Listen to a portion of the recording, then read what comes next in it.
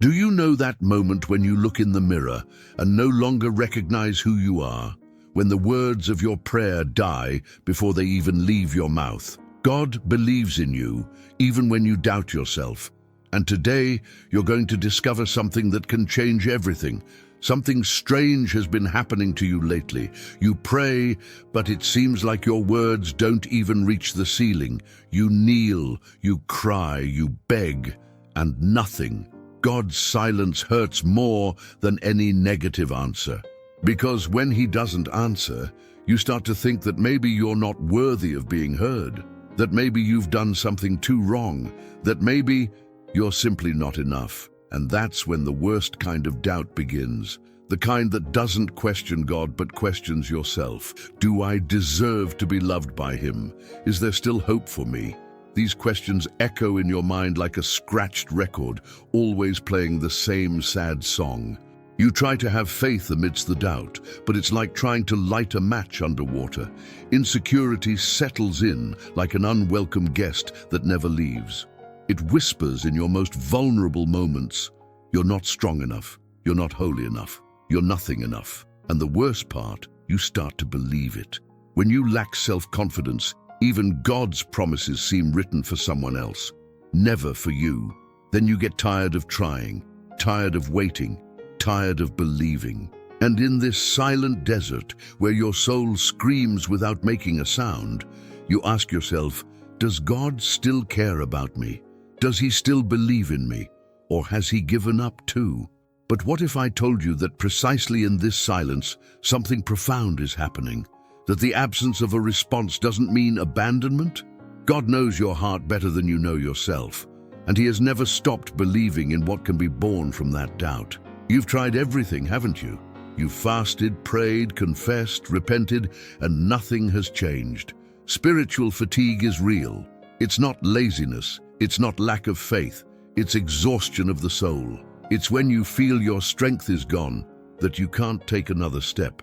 Overcoming discouragement with faith seems like a cruel joke when you can barely get out of bed. And it's precisely at this point that many give up, because no one prepares you for this kind of weariness. Let me tell you a story you might know, but you've never heard it like this. Think about the prophet Elijah. This guy was a man of God, literally. He prayed and fire came down from heaven. He faced 450 prophets of Baal alone and won. He was powerful, anointed, full of faith. But do you know what happened right after this monumental victory? He fell into depression. That's right. Elijah fled to a desert, sat under a tree, and asked to die. He said, "Enough, Lord. Take my life, for I am no better than my ancestors." Imagine, the same man who witnessed miracles now wants to give up on everything. He was so tired, so discouraged, that he couldn't even see the purpose anymore. God hasn't given up on you, but you are about to give up on yourself, just as Elijah was. But here comes the beautiful part of the story. God didn't appear to Elijah with a sermon. He didn't say, "Get up, you sluggard. Where is your faith?" No. God sent an angel to bring him food and water. He let him sleep. He cared for his body before speaking to his soul. And then He took Elijah to a cave and whispered, "Not in an earthquake, not in fire, but in a gentle breeze." Hope in God doesn't always come in the form of thunder. Sometimes it comes in a necessary nap and a warm loaf of bread.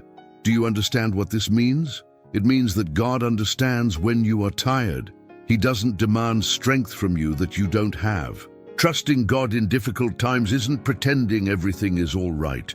It's allowing Him to sustain you when you can no longer sustain yourself alone. So maybe the problem was never that you were too weak, but that you were trying too hard to be strong on your own.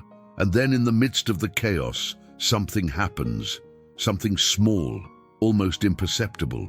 It could be a song playing at just the right moment, a word from a friend, a verse you read unintentionally, or simply a different kind of silence, no longer heavy but peaceful. It's as if someone lit a candle in a dark room. The darkness is still there, but now you can see a little better. This is the breath of divine remembrance. It is God gently nudging you, saying, "Hey, I'm still here, and I still believe in you." It's not thunder. It's not a bombshell revelation. It's just His presence, as real as the air you breathe, but which you had forgotten to feel. You start to remember things you had forgotten. That time God saved you. That door that opened when all others were closed. That small miracle you didn't tell anyone about because you thought it wasn't a big deal. But it was. God believes in you, and always has, even when you stop believing in yourself. Faith and identity in God are not things you acquire. They are things you receive. And in this moment of remembrance, you realize you never lost your identity. You only forgot who God said you are. He called you beloved, chosen, precious in His eyes. And these words have no expiration date. Do you know what's most beautiful? God knows your heart, every fear, every wound, every disappointment. And even knowing all of that, He hasn't changed His mind about you. He doesn't look at your past and give up. He looks at your future and smiles, because He knows exactly what you can become when you allow Him to work in you. This divine whisper is the beginning of everything. It is the seed of faith that you thought was dead, but was only dormant. We live in a society that loves to label you. You're the failure, the divorced one, the unemployed one, the one who made a mistake, the one who didn't succeed. And after hearing this so many times, you start to wear that label and forget that God gave you a completely different identity. When God reminds you who you are, all the noise of the world becomes insignificant. God sees you as capable. Not because of your resume, but because of the promise He placed within you. He doesn't look at what you've done. He looks at what He can do through you. And that's a huge difference. Because if it depended on us, none of us would be qualified. But when God chooses someone, He also empowers them. Think of Moses. The guy stuttered, was afraid of public speaking, and on top of that, he had fled Egypt after committing murder. When God appeared to him in the burning bush and said, "You will liberate my people," Moses replied, "Send someone else, Lord." He didn't believe in himself, but God did. And when Moses finally accepted God's purpose for those who doubt, he became one of the greatest liberators in history. Or think of Peter. Impulsive, fearful, he denied Jesus 3 times at the most critical moment. If it were up to us, we would say, "Peter, you missed your chance. Look for another profession." But Jesus didn't do that. He looked at Peter and said, "Feed my sheep." Jesus restored Peter's identity even before restoring his ministry. Look, if this message is touching your heart, I'd like to ask you something. Subscribe to the channel and leave a like. Because the more people hear this, the more lives can be transformed. And I promise what comes next will show you how this renewed faith really works in practice. So when God reminds you who you are, everything changes. You are no longer defined by your past, but by His purpose. You are no longer a slave to fear, but a beloved child. You are no longer the rejected one, but the chosen one. And this truth, when it penetrates deep into the heart, sets you free from all the lies you believed about yourself. The question now is, will you accept the identity God gave you, or continue wearing the old clothes the world has dressed you in? It would be wonderful if faith could return all at once, wouldn't it? But the truth is, it doesn't just come back like that. Renewed faith is not an event. It's a process, and processes are slow. Sometimes painful, almost always confusing. You don't wake up one day and think, "That's it, now I believe 100% again." No, you wake up doubting, but you choose to trust anyway. Believing again with faith is a daily decision, not a permanent feeling. There will be days when you pray and feel God's strong presence. And there will be days when you pray and feel nothing. Absolutely nothing. And on those empty days, you will need to remember what God has already said, not what you are feeling, because feelings lie. But the Word of God remains forever. How do you regain faith when it seems so fragile? It starts small, very small. Maybe it's just being grateful to be alive today. Maybe it's reading a verse a day. Maybe it's saying, "God, I don't know if I can believe, but help my unbelief." Even that is faith. Faith is not the absence of doubt. It's choosing to trust despite it.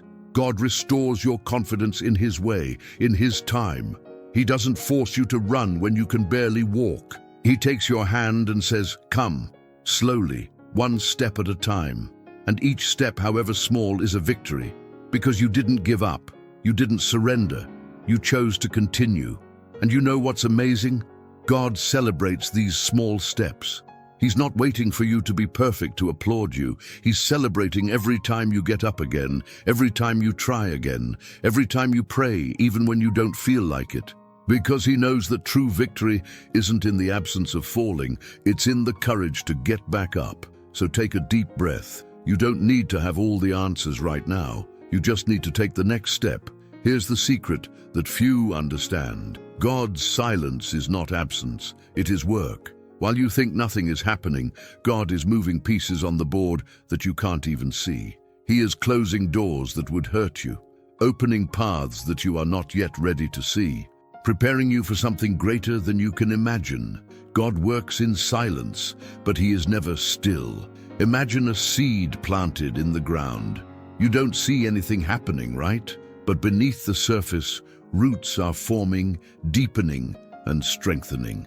This invisible process is essential, because if the plant grew too fast without deep roots, the first gust of wind would knock it down. God is building roots in you, and roots are built in the dark, in silence, where no one sees. When you lack self-confidence, it's because you're focusing on what's visible, but God is working in the unseen. He's healing wounds you didn't even know you had. He's removing pride you didn't even realize existed. He's shaping your character, tempering your faith, preparing you to bear the weight of the blessing to come. There's a beautiful passage in Isaiah 30:15 that says, "In silence and trust is your strength." Silence is not punishment, it's preparation. It's God saying, "Be still for a while, let me work." You don't need to understand everything right now, you just need to trust. And do you know what happens when you finally understand this? Anxiety diminishes, despair calms down, because you realize that even when you don't feel it, even when you don't see it, even when you don't understand, God is at work, and He never fails. Faith that overcomes insecurity is born precisely here, in the confidence that God is in control, even when it seems like nothing is under control. So maybe, just maybe, silence isn't the end of the conversation, but the most important moment of it. And then comes the test. That moment you didn't ask for, didn't expect, and definitely didn't want. Trials come without warning. It could be a loss, a betrayal, an illness, a closed door, and suddenly, everything you were building seems to crumble. It's as if God was saying, "Now show me, do you really trust me?" And you feel like screaming, "Seriously, God, just when I was starting to get back on my feet." But here's the hard truth. Faith that isn't tested isn't true faith. It's just theory. How do you overcome spiritual doubt? By going through it, not running from it. It is in the fire that gold is purified. It is in the storm that the captain reveals his skill. And it is in trials that your faith shows what it's really made of. Think of Job. He lost everything, children, possessions, health, everything. His friends accused him. His wife said, "Curse God and die." He was at rock bottom, covered in sores, sitting in ashes. And then, at the height of despair, he said something incredible. "Though He slay me, yet will I trust in Him." That's not blind faith, it's mature faith. It's faith that says, "I don't understand, but I trust." Trials don't come to destroy you. They come to reveal you, to reveal what's truly inside you, to reveal whether your faith depends on circumstances or on who God is, to reveal whether you love God for the blessings or for God Himself. And this revelation, however painful it may be, is liberating. God gives you strength when you falter, but not in the way you expect. He doesn't remove the weight. He gives you stronger shoulders. He doesn't take away the mountain. He teaches you how to climb it. Because if He solved everything for you, you would never grow. And God doesn't want eternally dependent children. He wants mature, strong, capable children. So when the test comes, and it will, remember this: God is not testing you to fail you. He is testing you to approve you. And then, in the midst of the storm, something inside you rises up. It's not a loud voice. It's a firm whisper that comes from deep within the soul. And that whisper says, I will trust. I choose to believe. Not because I understand, but because I know who God is. And in that moment, everything changes. Not the circumstances, but you. This is the turning point, the climax of the journey. It's when you stop asking for explanations and start declaring trust. How do you trust God again? By letting go of the need to control everything, by letting go of the reins, by saying, God, I surrender into your hands. Do what is best, even if I don't like it, even if I don't understand. There's a spiritual strength in times of doubt that's inexplicable. It's a peace that makes no sense. It's a joy that springs up in the desert. It's a smile amidst tears. People look at you and ask, how can you smile after everything you've been through? And you answer, because God is with me. And if He is with me, what more could I want? God transforms insecurity into faith right here, in surrender. Because when you let go, He holds on. When you stop trying to solve everything alone, He acts. When you trust, miracles happen, not necessarily in the way you imagined, but always in the right way. And you know what's even more incredible? You look back and realize, I went through the darkest valley of my life, and I survived. Not only did I survive, I grew, I matured, I became stronger. And you understand that God never abandoned you. He was there all the time, holding your hand, even when you didn't feel it. The faith that speaks loudest doesn't shout, it trusts, and that silent trust shakes the whole of hell. Look how far you've come. You thought you couldn't do it, and you did it. God lifts you up when you fall, always, every single time, without exception. He doesn't leave you on the ground. He reaches out, pulls you up, and says, let's go again. I believe in you. And each time you get up stronger, wiser, more confident. Doubt wasn't the end. It was the beginning. It was the turning point. It was the place where you found a deeper, more real, more unwavering faith. Because now you don't believe because of feelings. You believe despite them. And that's the faith that moves mountains. God believes in your potential. He always has. Even when you were unfaithful, He remained faithful. Even when you gave up, He didn't give up. Even when you hid, He sought you out. Because God's love is unconditional. It doesn't depend on your performance. He loves you simply because you belong to Him. Hope in God is not an illusion. It is an anchor. It is what keeps you firm when everything around you is crumbling. And now you know this. Not from theory, but from experience. You went through the fire and were not consumed. You crossed the sea and did not drown, because God was with you. And now, look what He has done with your life. Look how He has transformed you. Look at the hope that has returned to shine in your eyes. This is not luck. This is not coincidence. This is God fulfilling what He promised. I will make all things new. You doubted, you fell, you cried, but God lifted you up, and now you are a living witness that He never, ever gives up on those He loves. We've arrived at what I promised at the beginning, the revelation that changes everything. While you doubted yourself, God never doubted you. While you thought you were worthless, God saw you as precious. While you gave up, God persisted. Because the voice that never stopped believing in you is the voice of God Himself. He always knew who you are. He always knew what you're capable of. He always knew you would get here. Because God doesn't make mistakes. He didn't create you by chance. He knit you together in the womb with purpose, with care, with love. And everything you went through, every pain, every tear, every doubt, was part of the process of shaping you for His purpose. Now listen to me carefully, because this is the revelation.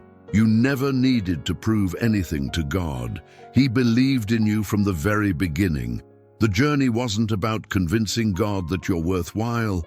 It was about convincing yourself. Faith and identity in God are not things you achieve. They are things you discover. And you just discovered them. You are loved. You are chosen. You are a child of God. And nothing, absolutely nothing, can change that. God's purpose for those who doubt is simple and profound, to show you that even in doubt, He is present. Even in weakness, He is strong. Even in fear, He is faithful. Because God doesn't need your perfection. He only needs your surrender. And now you have a choice. You can go back to living as before, doubting, hiding, sabotaging yourself. Or you can lift your head, take a deep breath and say, God believes in me, and if He believes, who am I to doubt? So what are you going to do with this revelation? Are you going to keep it to yourself, or are you going to share it with someone who needs to hear it? Because there are people in your life going through exactly what you went through. And maybe, just maybe, this video reached you so that you can be a voice of hope in their lives. Comment below, God believes in me. Leave this testimony recorded, because when you declare it, something spiritual happens. And subscribe to the channel, because this is just the beginning. There's so much more that God wants to show you. Never forget, when you doubt yourself, God continues to believe in you. When you fall, He lifts you up. When you give up, He persists. Because God's love never fails, it never has, it never will. I leave you with the words of Philippians 1:6. I am fully confident that He who began a good work in you will carry it on to completion until the day of Christ Jesus. God has begun a work in you, and He will finish it. You can trust in that. May God bless you, and remember, He has never, ever stopped believing in you.